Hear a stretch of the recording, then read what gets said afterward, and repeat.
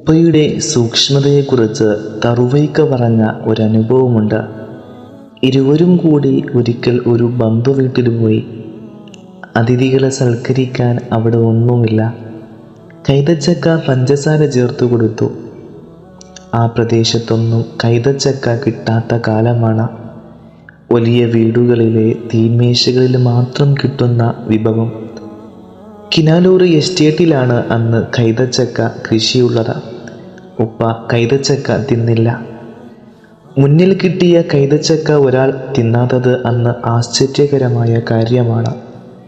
ജീവിതത്തിൽ പിന്നീട് എപ്പോഴെങ്കിലും വീണ്ടും അത് തിന്നാൽ കിട്ടുമെന്നുറപ്പുമില്ല. തിരിച്ചു വരുമ്പോൾ തറുവൈക്ക അതേപറ്റി ചോദിച്ചു. അതൊന്നെങ്കിൽ കിനാലൂർ എസ്റ്റേറ്റിൽ നിന്ന് എടുത്തതാകണം, അല്ലെങ്കിൽ അവിടെ ജോലിക്കാരനായ പിള്ള കൊണ്ടുവന്നതാകണം, അല്ലാതെ ഇത് സാധാരണക്കാർക്ക് കിട്ടാൻ വഴിയില്ല. ഉപ്പയുടെ മറുപടി.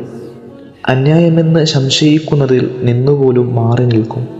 അതുകൊണ്ടു തന്നെ അവകാശപ്പെട്ടതിൻ്റെ കാര്യത്തിൽ പോലും തർക്കിക്കാൻ നിൽക്കില്ല.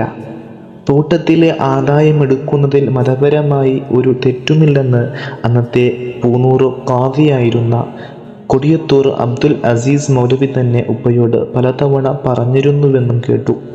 ഒരാളുടെ തൃപ്തിയില്ലാത്തത് വേണ്ടെന്നും ഉള്ളതുകൊണ്ട് തൃപ്തിപ്പെട്ടാൽ അള്ളാഹു ബറക്കത്ത് ചെയ്യുമെന്നുമുള്ള നിലപാടായിരുന്നു ഉപ്പയുടേത്.